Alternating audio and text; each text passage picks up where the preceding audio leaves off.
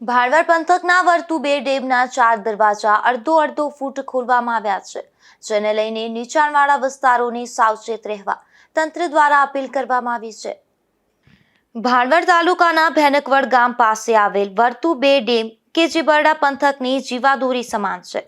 વર્તુ 2 ડેમમાં જે ચોમાસામાં પાણીનો સંગ્રહ થાય છે તે અવારનવાર શિયાળામાં અને ઉનાળામાં છોડવામાં આવે છે. ત્યારે બરડા પંથકના ઈશ્વરિયા, રાણા રોજીવાડા, સીમર, ભૂમિયાવદર, પારાવાડા, મોરાણા, સોઢાણા, ફટાણા અને સિંગડા સહિતના ગામોના ખેડૂતોને સિંચાઈ માટે ખૂબ જ લાભદાયક હોય છે.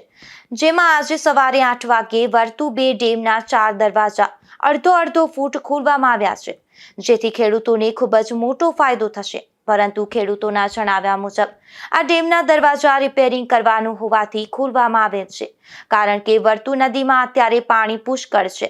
નદી ભરેલી છે, ત્યારે રિપેરિંગ કામ કરવા માટે ડેમ ખાલી કરવાનો હોવાથી દરવાજા ખોલવામાં આવ્યા છે.